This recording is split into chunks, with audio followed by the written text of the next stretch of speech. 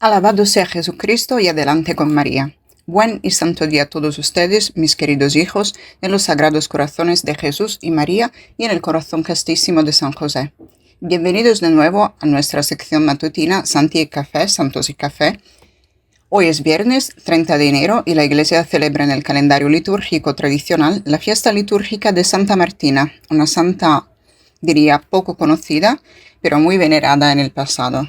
¿Quién sabe por qué luego, como he dicho otras veces, algunos santos, cuya memoria era importante en el pasado, se han ido perdiendo un poco con la reforma litúrgica? Pero esto no sabría decirles. De todos modos, era una santa muy venerada en Roma, tanto que en el oficio litúrgico tradicional este oficio tiene sus propios himnos de la mañana.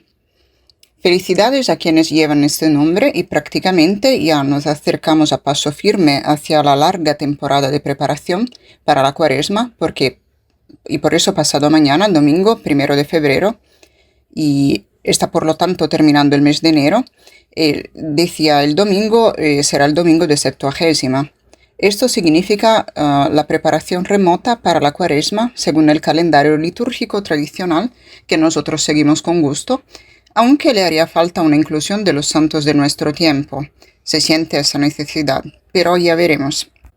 De todos modos, este periodo nos permite prepararnos para la Cuaresma y la Pascua de manera bastante amplia. Y quizás fue considerada demasiado amplia, por lo cual, con la reforma litúrgica posconciliar, la redujeron desde el miércoles de ceniza hasta Pascua, 40 días. En cambio, en nuestro camino dentro del ciclo litúrgico tradicional, la Cuaresma comienza prácticamente el domingo. La remota, quiero decir. Es decir, comienza el color litúrgico morado y por lo tanto mañana es el último día que se canta el Aleluya. Existía incluso una liturgia en el pasado de entierro, entre comillas, entierro del Aleluya, para luego recuperarlo prácticamente en Pascua. Naturalmente, muchas cosas pueden considerarse ya, sin duda, tradiciones del pasado, como por ejemplo está este del entierro del Aleluya, aunque tiene su propio significado. Es decir, desde el domingo, queridos hijos, comenzamos el camino de preparación para la Pascua en 3 etapas. Tenemos por primero la preparación remota, que comienza el domingo con 3 domingos y por 3 semanas, Septuagésima, Sexagésima y Quincuagésima, 3 domingos de preparación remota para la Pascua a través de la Cuaresma. Y luego, después del 18 de febrero, que este año será el miércoles de ceniza, comienza la preparación próxima que va desde el miércoles de ceniza hasta el 5º domingo de Cuaresma, llamado primero de Pasión del Señor. Primera semana de Pasión del Señor. Y finalmente, con las 2 semanas de la Pasión del Señor, una de las cuales es precisamente la Semana Santa, se da la preparación inmediata. Por lo tanto, remota, tenemos la remota, la próxima y la inmediata. Un largo arco de tiempo en el cual la Iglesia será llamada, todos nosotros seremos llamados, o sea, la Iglesia nos llama a todos nosotros bautizados a redescubrir nuestra identidad catecumenal, nuestra identidad de convertidos. Y aquí, pues, un llamado, podemos decir, a la conversión que ya no existe en el pseudo-catolicismo romano bergo-prevostiano. Y las personas ven un cambio con prevos por todas partes. No lo puedo entender. Y en cambio, estamos llamados a convertirnos y, por supuesto, el domingo va a comenzar este camino. El momento más emblemático y significativo será el de la imposición de la ceniza sobre nuestra cabeza el miércoles 18 de febrero, para recordarnos precisamente que somos mortales, que esta vida pasa rápido y que estamos de camino al paraíso. Por lo tanto, los invito a todos, mis queridos hijos, y a todos los hijos del pequeño resto católico, a prepararse bien para este camino que pasado mañana, domingo, comienza con el domingo de Septuagésima, en preparación a la Pascua de nuestro Señor Jesucristo. Desde el domingo, como he dicho, se usa el color litúrgico morado y ya no se canta el Aleluya. Hoy es viernes y, por lo tanto, es el día de abstinencia de carne y del piadoso ejercicio del Vía Crucis. Les recomiendo hacer este recorrido cada viernes penitencial en el cual contemplamos a Jesús en la cruz y ofrecemos también nuestros sufrimientos físicos, morales y espirituales a Jesús, porque de lo contrario caemos en la desesperación. Luego, me han contado que, como ahora les diré en el diario de a bordo, hemos tomado el barco para venir a Uruguay, donde nos encontramos ahora. En un momento hablaremos de ello. Y quería decir que me contaron que se encontraron con una familia donde había una chica en silla de ruedas, parapléjica, que precisamente estaba resentida con Dios. Decía que no le interesaba. Yo no estaba presente, una parte del equipo misionero me contó esto, que esta chica y miren cuántas historias hay por ahí, que esta chica uruguaya o quizás argentina, esta es la foto, miren la foto de esta chica en silla de ruedas, ven que hay 2 monjitas y Fray Celestino que están allí con ella, pero yo no estaba presente debido a que estaba atendiendo cuestiones técnicos prácticas, y ella, al acercarse, dijo precisamente que no creía en Dios o que de todos modos no estaba interesada en la existencia de Dios. Es evidente que detrás y dentro de esto estaba el dramático rechazo a la cruz, que hay que cargar. Y ese de rechazar la cruz no es el camino correcto. Es, por lo contrario, el camino decisivo, queridos hijos. El camino de la cruz es decisivo y todos los encontramos cada uno a su manera. Tenemos que abrazar la cruz con amor. Como dijo Jesús, si alguno quiere venir en pos de mí. Y ¿qué hay más significativo que el amor a Jesús? Ir tras Él. Nosotros tenemos que ser, decía un santo, como los perritos que van detrás del amo. El amo es Jesús. Nosotros somos los perritos. Si alguno quiere venir en pos de mí. Claro que voy, Señor. Tome su cruz. Ah, ¿es así? Pues es así. Entonces lo hago porque te amo. Así es. Así que abracemos nuestras cruces lejos de nosotros con un acto cotidiano de exorcismo, el demonio de la desesperación, el demonio de la rabia, el demonio de la tristeza, el demonio del desaliento, las legiones diabólicas a nuestro alrededor que quieren desanimarnos, abatirnos, hacernos desconfiar. Vence quien se aferra a Jesús y va detrás con amor. Por eso es importante que abracemos nuestras cruces y que agradezcamos al Señor por tenerlas. ¿Entienden? ¿Quién de nosotros le da gracias al Señor por tener la cruz? Gracias, Señor, por esta cruz. ¿Y por qué? Porque si tú no me la dabas, yo me volví un soberbio. Porque si tú no me das la cruz, yo me desbordo. En cambio, con la cruz me redimensiono. Con la cruz aprendo a ser humilde. Con la cruz expío mis pecados. Atención también a esto, queridos hijos, porque quien acepta los sufrimientos del día a día, ya sean físicos, morales o espirituales, y los ofrece al Señor, entonces expía sus propios pecados, porque el pecado constituye una deuda, un débito, como saben. Y queda la deuda, la consecuencia del pecado que infríe el alma, que la aleja de Dios, que le apaga la fe, que la vuelve egoísta, que la hiere. El pecado nos hiere. Entonces cuidado, incluso levemente los veniales son rasguños, arañazos, y las deudas del pecado venial son, por así decir, son arañazos, pero el pecado mortal es el que crea precisamente la herida mortal. E incluso cuando vamos a confesarnos, nos arrepentimos y volvemos a la gracia de Dios, pero la deuda permanece. Es como cuando recibes un golpe y te queda el moretón. El golpe ya pasó, pero el moretón queda. Y así es el pecado. El pecado nos vuelve egoístas. El pecado nos aleja de Dios. El pecado nos hace sentir mal. Por eso el sufrimiento, la cruz, el dolor, la enfermedad, todo lo que Dios permite para nosotros, a unos más y a otros menos, el Señor sabe por qué. Todo esto sirve para expiar las deudas, de modo que quien abraza con amor su propia cruz cotidiana va enseguida al paraíso. Claro, después de la muerte, o al menos tras algún ajuste rápido, y luego comparece ante Dios y se hace santo. Nos hacemos santos abrazando la cruz, mis queridos hijos. Bien, y por lo tanto hoy que es viernes, el último viernes antes del inicio de la preparación remota a la Pascua, con el domingo de Septuagésima, me parecía importante eso, mencionarlo. Entonces, abracemos la cruz, que la cruz vuelva al centro de nuestra fe cristiana. Queridos hijos, aquí ahora han tomado también como blanco la resurrección. En los días pasados, entre un compromiso y otro de esta misión, Trato de mantenerme al día y escuché una reflexión de un teólogo que negaba la resurrección de Jesús, diciendo que es un invento. Un teólogo. Hoy en día hasta el fontanero o el marinero podrían, gracias a este tipo, no recuerdo su nombre, decir que son teólogos. La resurrección es un invento de la iglesia primitiva. Jesús murió y punto. Así él habló.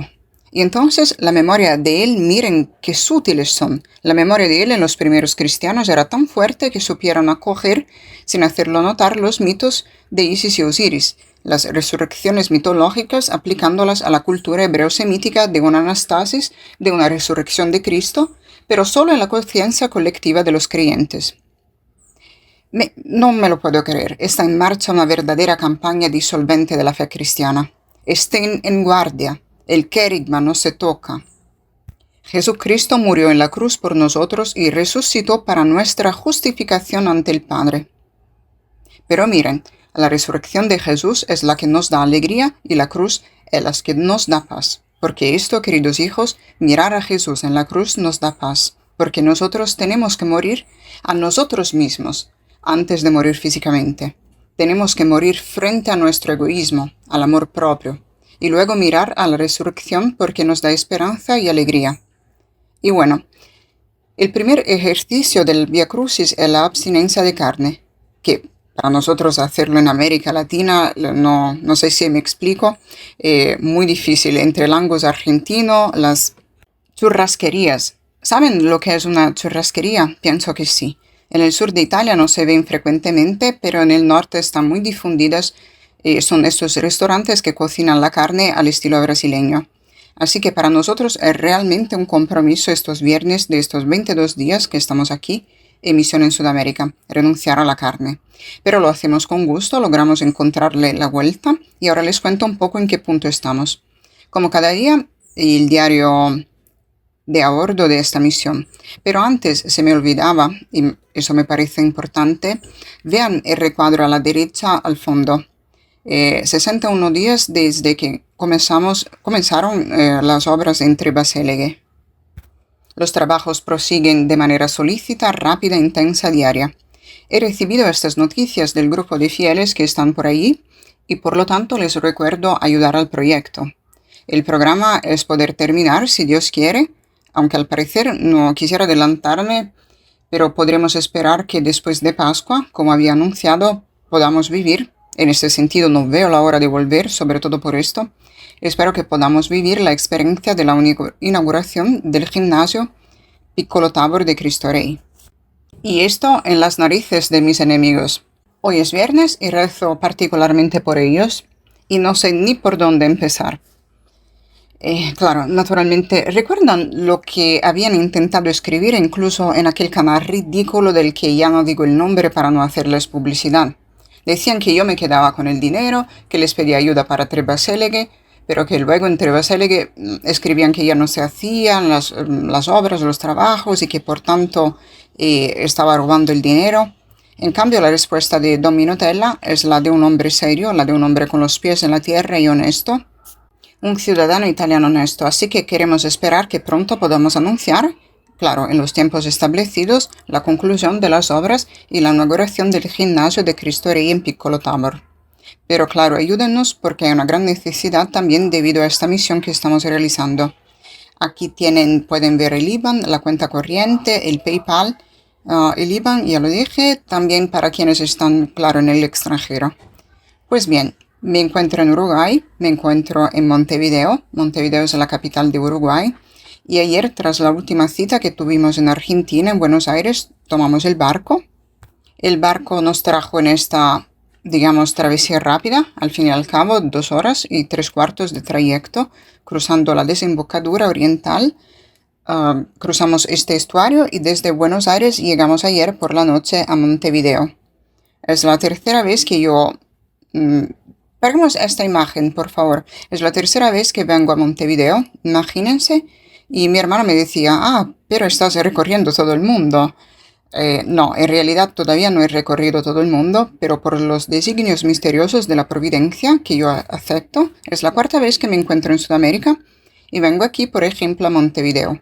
No creo que sea algo tan obvio. Es la tercera vez que vengo a Montevideo, como era la tercera vez que iba a Buenos Aires y la tercera vez que iba a Brasil. Es decir, que estos lugares prácticamente ya los conozco bien y ayer quería decirles esto. Cuando llegué a Montevideo, que es la capital de Uruguay, buscaba, ya había estado otras veces, un detalle en particular. El detalle es que cerca del hotel que elegimos, que es el mismo que en que estuvimos los otros años, hay una virgen, una estatua de la Virgen que mira hacia el océano. Yo la tengo justo aquí frente a mí mientras les hablo, pero quería mostrarle las imágenes. Miren, pedí que le hicieran una foto. Esta fue tomada esta mañana. Vean qué hermosa esta estatua de la Virgen. Parece pequeña, pero no lo es. Es bastante grande y domina con su mirada materna el océano Atlántico, porque Montevideo, la capital, se asoma prácticamente a todo el litoral oriental hacia el océano Atlántico. Así es. Y nosotros cruzamos el Río de la Plata ayer por la noche y llegamos a Montevideo porque mañana, sábado 31 de enero, habrá un momento de oración. Si hubiera algún fiel del pequeño resto uruguayo que quiera participar en este momento, mañana por la tarde, aquí lo tienen, pero todavía no han puesto la dirección, en el hotel NH Montevideo, bien, en un momento lo pondrán. Quisiera pedir que lo pongan, si es posible, también el anuncio, el cartel en lengua española, preparado por Adoración y Liberación, a quienes agradezco por este diseño que han hecho, este post para invitar a los fieles del pequeño resto de lengua española presentes en Uruguay a participar si lo desean. En este momento de oración, mañana por la tarde a las 17:30, sábado 31 de enero, en el NH Hotel. Ahora en un momento va a aparecer la descripción. Aquí está, NH Hotel Montevideo, Colombia, departamento de Montevideo. La dirección es Reconquista 470. Pues bien, mañana por la tarde vamos a vivir este momento de gracia aquí en Montevideo. Como decía, Montevideo es la capital, fundada entre el siglo XVI y el XVIII, y a través de varias alternativas políticas, entre ingleses y españoles, se la jugaron a fondo a esta ciudad, este lugar, primero los ingleses, luego los españoles, antes los portugueses y al final prevalecieron los españoles. De todos modos, parece que fue descubierta, probablemente esto sea cierto, por los portugueses en 1516. La historia oficial se remonta a Juan Díaz de Solís, quien habría llegado a la desembocadura del Río de la Plata, esa que ayer crucé precisamente por mar. Podemos seguir mostrando mientras tanto la galería de imágenes con algunas fotografías. Aquí pueden ver, pero esto es ya Montevideo, es la ciudad de Montevideo, como ven al amanecer. Es una imagen muy linda, ahí la tienen. Pueden ver, es el amanecer en Montevideo. Y por lo tanto, esta nación, cuya capital es Montevideo, es una nación chiquita, pequeñísima, es la nación más pequeña de la Hispanoamérica, pero se mantiene firme.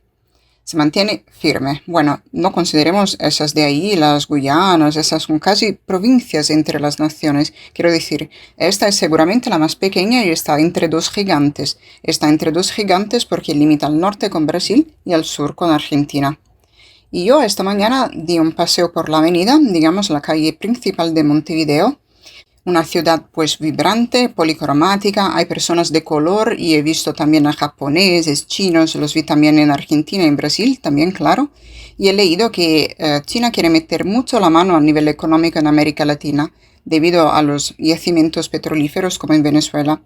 Luego está el litio aquí también, entre Uruguay y Argentina, y está el cultivo infinito del maíz, porque aquí los espacios son inmensos, los campos son enormes, y donde no está la cordillera andina, están estos espacios infinitos que se cultivan con maíz. Por eso hay un interés. Y bueno, la ciudad es polícroma, tiene cerca de 1.300.000 habitantes, pero la nación entera, como les decía, es pequeña, no es muy grande. La población total es de 3,5 millones en todo en Uruguay, pero hay una tasa de crecimiento notable y además una estabilidad política al fin y al cabo bastante significativa. Es una república presidencialista, la estabilidad económica también es bastante significativa. He visto que varios analistas escriben que Uruguay es la nación con mayor desarrollo económico, Pero tengo que decirles que paseando por la avenida principal, que ya conocía porque, repito, es mi tercera vez aquí, esta ciudad muestra una vivacidad que te hace sentir como si estuvieras en Europa, igual que en Buenos Aires. Y es cierto que es la ciudad, ya lo había anunciado en días pasados, más italiana entre comillas. Prácticamente todos son apellidos italianos en las tiendas, en los bares, en las calles, por todas partes. Los restaurantes, ni hablemos de las pizzerías.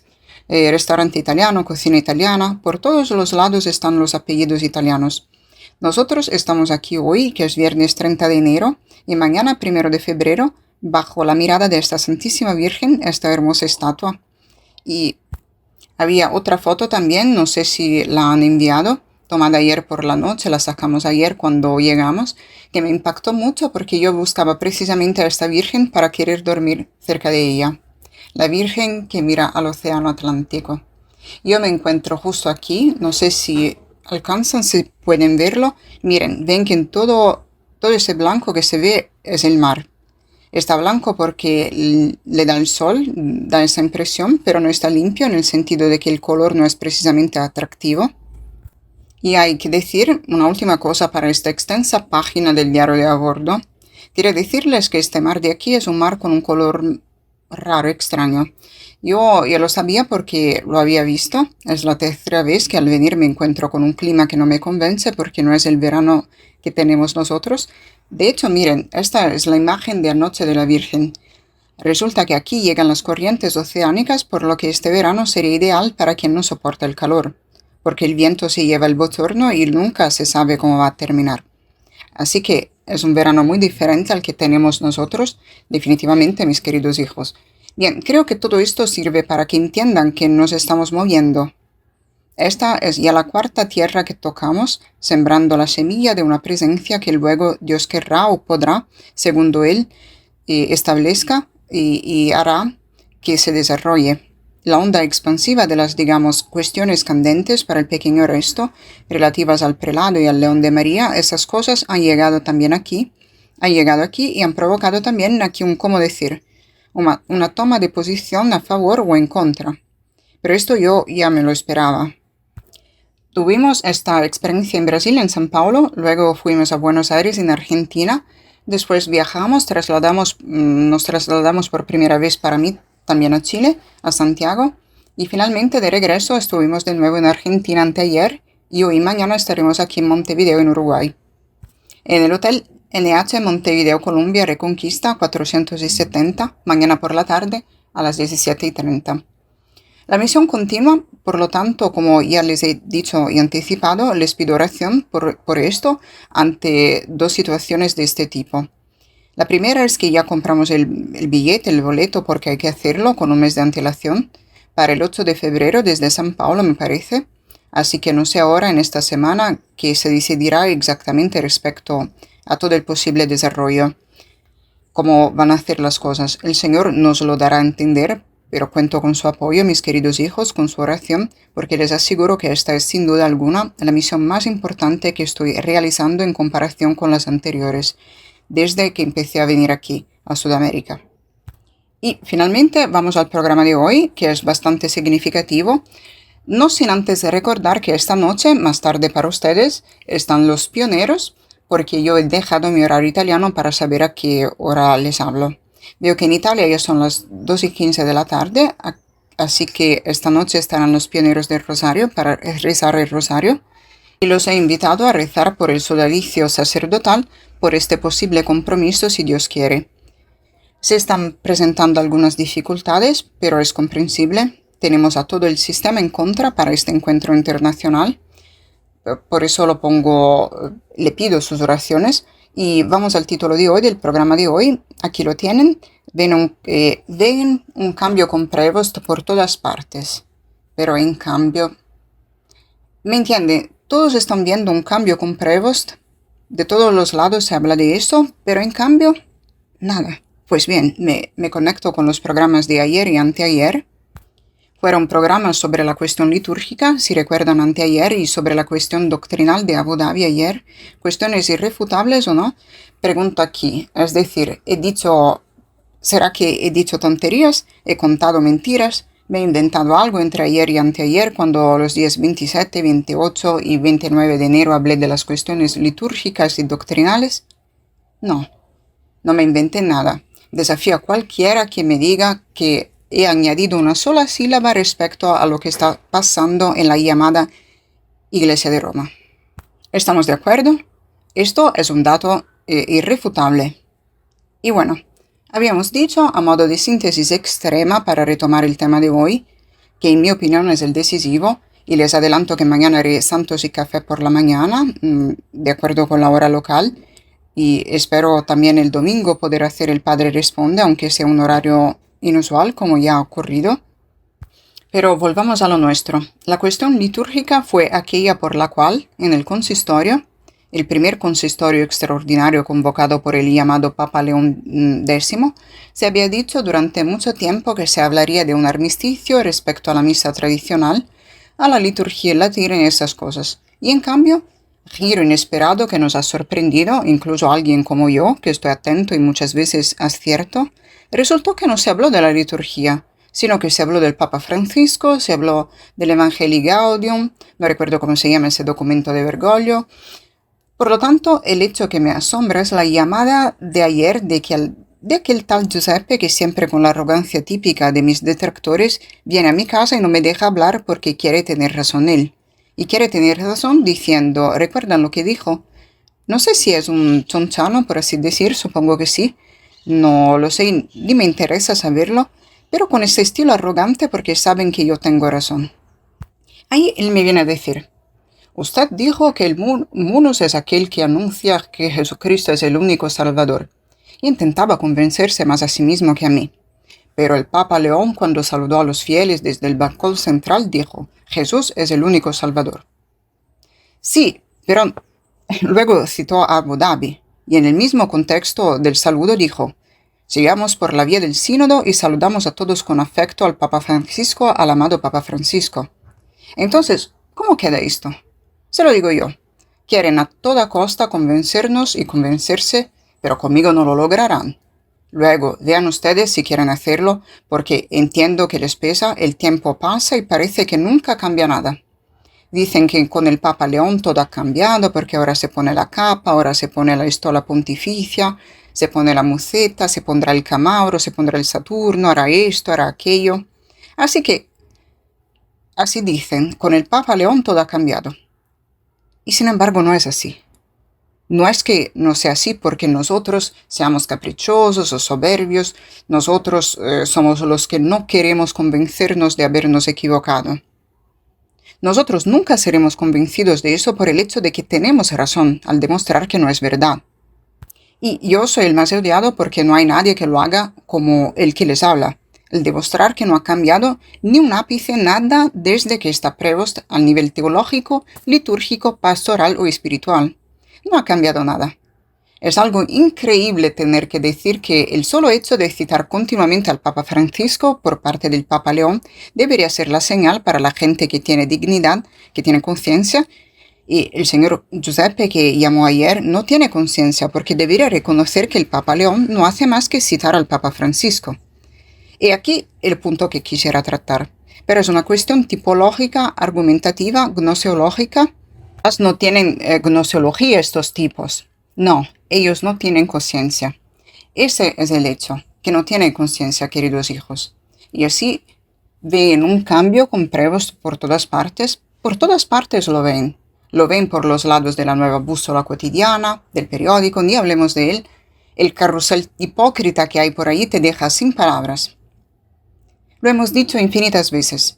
Eso de que el Papa, entre comillas, pasa página, era un ataque contra nosotros, en mi opinión orquestado por la masonería.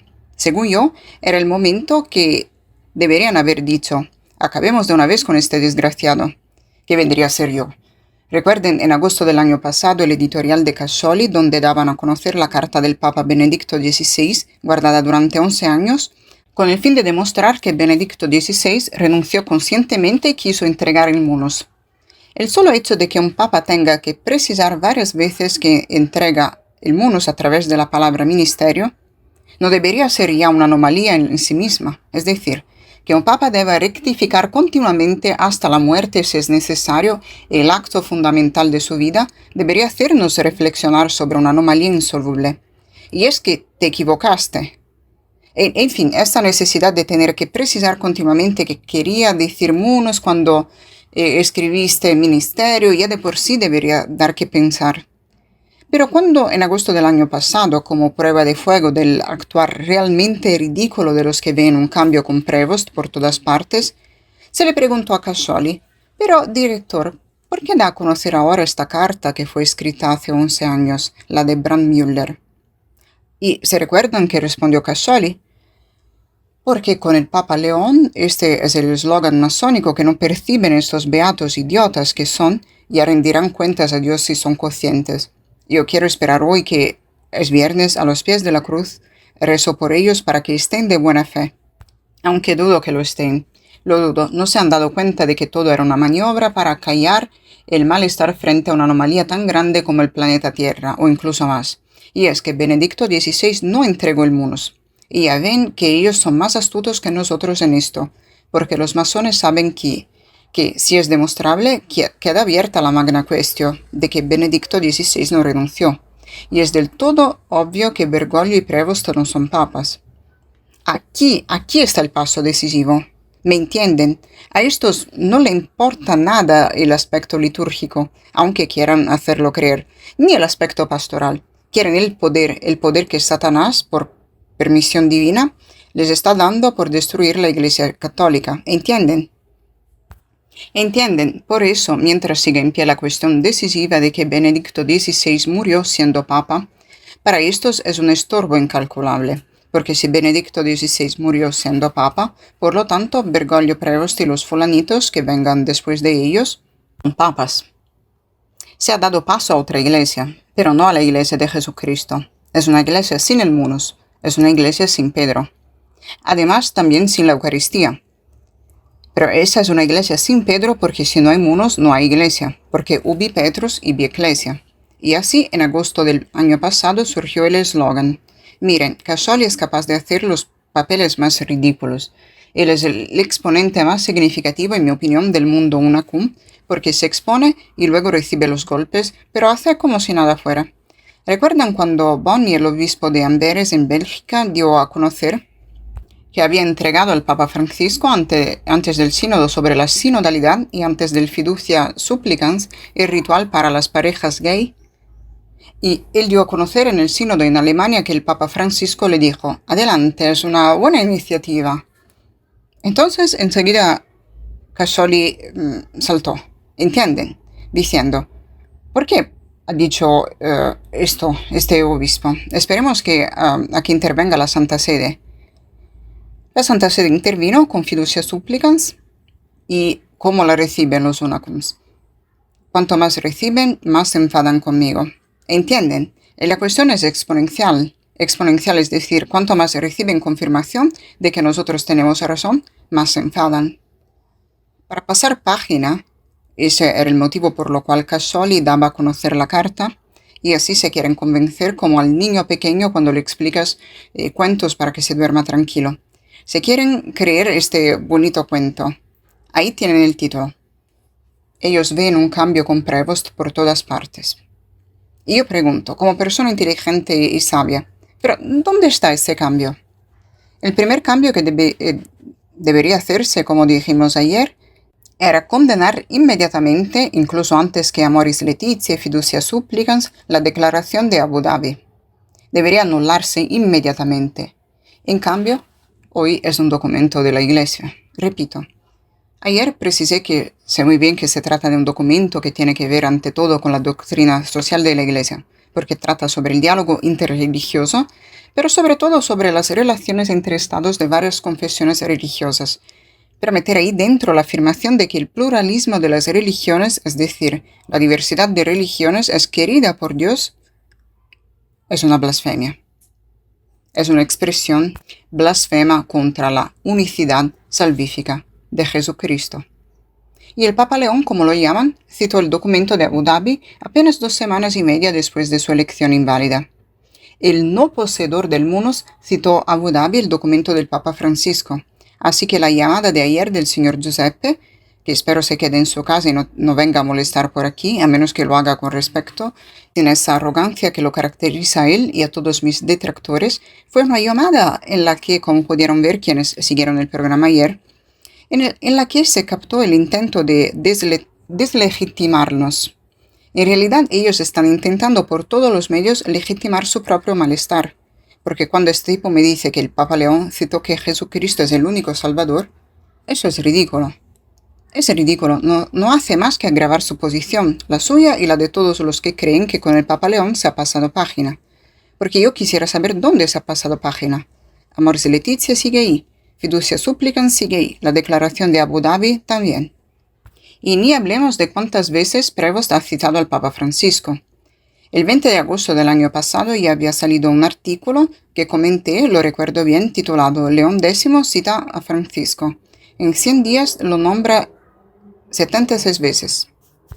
Estamos a 20 de agosto del año pasado, por lo tanto, en 100 días de pseudopontificado es un récord. En 100 días de pseudopontificado, Prevost lo citó 76 veces hasta agosto del año pasado, pero la estadística estaba destinada a aumentar. Citó continuamente a Bergoglio. En uno de cada 2 discursos mencionaba a él. Entonces, ¿para qué sirve esa llamada de ayer? Porque incluso cuando, atención a lo que voy a decir ahora, y esto ellos lo saben, incluso cuando Prevost se mantuviera en una versión que no es así del todo ortodoxa, decir católica, en realidad él quiere contentar a todos porque es el ancla invertida que sirve para mantener el poder. Pero incluso si él hiciera eso y me cita continuamente al Papa Francisco, alguien que estaba en el lado correcto respecto a la Magna Question, ¿no?, del código Ratzinger y de la sede impedida, si tuviera seriedad de conciencia y dignidad cristiana, debería poder decir: pero el hecho de que me cite continuamente al Papa Francisco, ¿cómo puede hacerme creer que puede ser el Papa? Es como decir que el buey no tiene cuernos.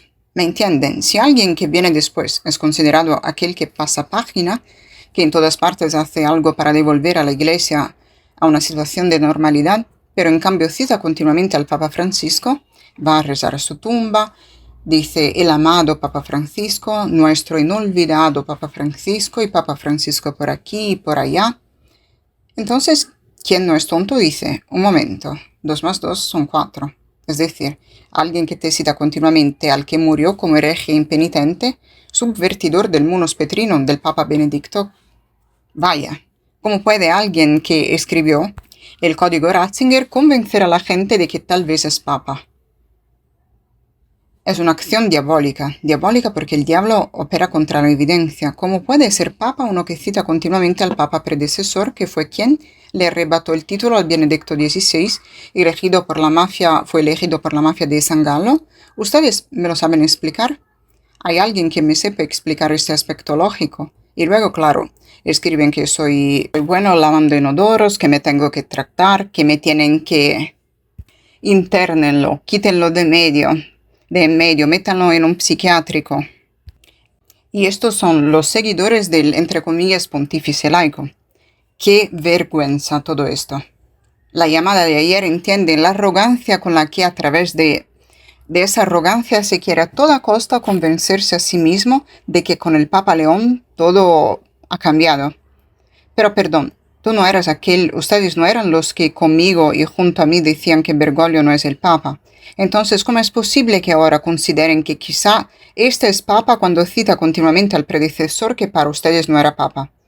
Aquí no es la fe, aquí es la razón que ha colapsado. Sabrán que estos tipos son capaces, ya que le venden el alma al diablo, promotores de la mentira, de decir que el Papa León lo hace por corrección política, por no crear. Ya verán que sabrán decir: el Papa León, pobrecito, lo hace porque sabe que Bergoglio no era su predecesor, así que, aunque lo cite como un mantra continuo, porque no hace más que citar a Bergoglio continuamente, Prevost lo hace. Pobrecito, él sabe que no era el Papa, ¿me entienden? Entonces, según estas personas, Prevost sabe que Bergoglio no era el Papa. Lo han leído los 20 cardenales bajo la mirada severa del gran regente, pero se dan cuenta de la situación que hay por ahí. Es algo que te deja sin palabras, porque contra factum non valet argumentum. En poco más de los primeros 3 meses, Prevost ha pronunciado 138 intervenciones públicas citando a Bergoglio 76 veces en 105 días. Naturalmente, como hoy estoy de viaje, mi vida es increíble porque me ocupo de estas cosas cuando debería estar en mi estudio trabajando, pero esta mañana, mientras paseaba por la calle principal de Montevideo, noté una pancarta en un balcón de un edificio residencial, un buen edificio, con una franja, una pancarta grande que decía Radio María, y estaba el logo del Padre Livio, Radio María del Padre Livio, y pensaba en Padre Livio, decía, mira, él no ha andado por el mundo, él no tenía que hacer todas las cosas que hago yo. Yo debería dedicarme a este blog que tenemos. Y si pudiera dedicarme como Dios manda, crecería, estoy seguro. En cambio, tengo que gestionarlo a través de todos estos compromisos. Por eso digo, quizá por esto se entienda que realmente no busco nada para mí mismo, y que al menos yo estoy convencido de tener una misión. Pero lo que quisiera decir es que no he tenido tiempo, aunque podríamos profundizar y ver la estadística en qué punto está desde agosto hasta hoy. Prevost y más de uno de cada dos discursos ha contenido una referencia a Bergoglio. Entonces, si por aquellos lugares Bergoglio es considerado sucesor inválido de Benedicto XVI, porque Benedicto XVI retuvo el munus poniéndose en sede impedida, no debería ser consecuente el pensamiento de que Dos puntos, pero quizá hagan falta más para la conciencia. 2 puntos. Dado que el sucesor cita continuamente al predecesor, hay algo que no funciona, que no cuadra. Es decir, ¿cómo puedes considerar a León Papa válido si no deja de citar al Papa inválido anterior?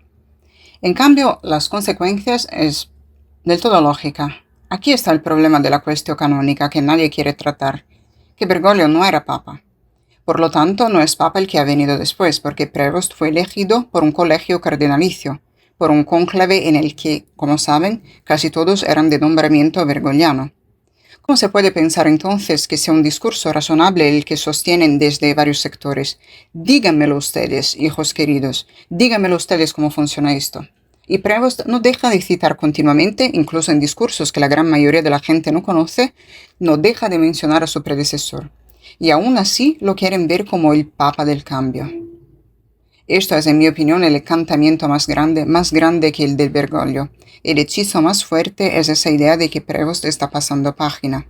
Pero repito, si observan lo que dice continuamente, incluso en discursos poco conocidos, no hace más que citar sin parar, haciendo luego un popurrí para confundir las ideas a Juan Pablo II, también a Benedicto XVI, pero el más citado sigue siendo Bergoglio. Por ejemplo, les doy algunos casos recientes. En el discurso a los participantes de la sesión plenaria del Dicasterio para la Doctrina de la Fe, en la Sala Clementina el pasado 29 de enero, ayer, Prevost empieza así. Saludo y agradezco cordialmente al prefecto del Dicasterio, que sería Fernández. Entonces, ¿qué ha cambiado, hijos míos? Pero si es que, de verdad, quizás la distancia me hace ver las cosas con más desapego y por eso se sufre más. Están convencidos de que León puede ser el Papa mientras mantiene como prefecto de la fe a un herético. A un herético, apóstata, con fiducia supplicans, y dice, saludo, conozco bien el valioso servicio que prestan con el fin, como dice la Constitución, Predicate Evangelium, etc. Ven que continuamente hay este intento de remendar un desgarro que sigue ahí, convencer a la gente de que todo ha vuelto a ser como antes y que, por tanto, nosotros somos los locos, seríamos los locos que estamos mal, los que debemos volver a la Iglesia Católica, como ese Giuseppe arrogante de ayer que quiere a toda costa convencer a los oyentes con argumentos del tipo. Pero entonces el Papa León, si tiene el munus, ¿por qué cita a Jesucristo? ¿Se dan cuenta? Esa es toda la magna cuestión. Y hay otro ejemplo reciente, porque parece un mantra. Discurso de Prevost a los prelados de la Rota Romana con ocasión de la inauguración del año judicial, el lunes 26 de enero. Escuchen el inicio. Hoy quisiera volver sobre un tema de fondo que ha sido dominante en los discursos dirigidos al Tribunal de Rota Romana desde Pío X hasta el Papa Francisco. Por lo tanto, Prevost se considera sucesor del Papa Francisco, no del Papa Benedicto. Son unos desgraciados los que están trabajando para convencer a las personas, confundiéndolas de que quizás León es papa, porque León se considera y es oficialmente el sucesor del Papa Francisco y por lo tanto, claro, es inválido. Nunca ha dicho que era el sucesor del Papa Benedicto. Y la cita del Papa Francisco queda como una suerte de magisterio. ¿Cómo decirles? Es cierto que cita aquí y allá a los demás, pero está hecho a propósito para convencer a todos de que el Papa Francisco, que era herético, apóstata y no era papa, forma parte de este camino. La pregunta que quisiera plantearles a todos es seria y exigente. Se la hice un par de veces a Fray Celestino, pero evidentemente él también se da cuenta de que el tema es muy candente. Se la digo a todos ustedes como quizás nunca la he dicho. ¿Es la primera vez que ocurre este intento de autorregulación por parte de la Iglesia de Roma? ¿O ha pasado otras veces en la historia y no nos hemos dado cuenta? Les respondo yo, porque he consultado al cielo en mi corazón. Es la primera vez. Así. Nunca ha pasado lo que está pasando en nuestros días. Pensaba en esto y luego una voz interior, mi propia conciencia, para que nadie se ofenda, me decía: mira a tu alrededor. Incluso en el barco que tomamos desde Buenos Aires ayer para venir a Montevideo. No puedo decirles, hijos queridos, el asco que sentí ante unos tatuajes peores de los que veo en Italia o en Europa. La gente aquí está toda tatuada y tuve un mensaje en mi corazón que me decía: este es el contrabautismo. Atención a esta palabra. Este es el contrabautismo. Cuidado con este término, que por cierto también lo decía el padre Amort. Esto es el contrabautismo. El tatuaje es un contrabautismo. Así como existe el sello del bautismo, existe el karma. En el Apocalipsis 13 indica la marca de la bestia: monstruos, serpientes, calaveras, cocodrilos, dragones. Ayer uno incluso tenía caras de demonios tatuadas en el brazo. Por eso decía que hay una humanidad completamente en ruinas, a la deriva, abandonada a su suerte, porque en Roma hay una falsa iglesia. Pero esto nunca había ocurrido. No es comparable a lo que pudo pasar en el cisma de Occidente con los 3 papas, donde intervino el emperador Segismundo e hizo elegir a Martín V, y el asunto se resolvió así. Ni es comparable al tiempo en que elegían papas de 12 o 15 años, o a los papas que tenían hijos, porque al menos la regula fidei no se tocaba. ¿Entienden? Aquí en cambio estamos ante la constitución de la falsa iglesia, del cuerpo místico del anticristo, y el engaño reside en eso, en que el cuerpo místico del anticristo debe parecer como si fuera la Iglesia católica. Ese es todo el empeño que están poniendo los masones satanistas en el Vaticano con el poder infinito que tienen a nivel mundano. Hacer creer a todos que esa es la Iglesia católica y hacer pasar por locos y payasos a los que gritan: ¡que viene el lobo! ¡Está llegando el lobo! No sé quién de ustedes ha leído Introducción al Cristianismo de Benedicto XVI, donde cuenta la historia del payaso que estaba acostumbrado a hacer reír al público, pero que en un momento sale a la escena para gritar que hay un incendio y todos se ríen porque piensan que está actuando. Todos ríen y luego todo se quema. Don Minutella, por ejemplo, pasa por ser el payaso que sale a escena y grita: ¡fuego! ¡fuego! Y todos ríen porque el mainstream, el sistema, lo presenta como un demente, como un loco, como escriben los documentos del, por ejemplo, entre comillas, pontífice laico, que debe tratarse, que no está bien de la cabeza. ¡Qué pena que me da! Esto es lo que debe suceder, que el incendio de la mentira y de un falso Papa Prevost, sucesor del falso Papa Bergoglio, se propague. Y ahora incluso aquellos del Código Ratzinger se están convenciendo de que se ha pasado página. ¿Qué diferencia hay entre un Chonchi y un Cascioli? A estas alturas, al menos Cascioli dice que Benedicto XVI renunció legítimamente. Entonces Cascioli está reprobado. Pero alguien como Chonchi, que dice que Benedicto XVI no renunció y que Bergoglio no era el Papa, pero luego quiere convencer a todos, empezando por sí mismo, de que Prevost sí es el Papa, ¿me explican qué clase de lógica es esa? No la encuentro, no la veo. Porque Prevost no deja de citar a su predecesor, y si queremos llegar a lo cómico diciendo que lo hace por no dividir a la Iglesia o para no crear el caos, pero vamos a ver, ¿se dan cuenta de que eso implicaría que el Papa diría mentiras sobre cosas tan serias para no arruinar a la Iglesia? Cuidado, que la verdad no es negociable. La verdad no es negociable, mis queridos hijos. Tengo que ir cerrando. Si quieren pueden hacer alguna llamada por WhatsApp o Telegram y le vamos a responder con gusto. No hay costes adicionales, Para terminar, este es el tiempo del gran engaño, hijos míos, el tiempo del gran engaño donde con toda evidencia notamos el intento de hacer creer que todo procede tranquilamente, como si nada fuera. Todos deben convencerse de que, bueno, sí hubo algún problema con el Papa Francisco, pero miren ahora qué gracioso, qué lindo, qué dulce y amable es el Papa León. Y ahí está.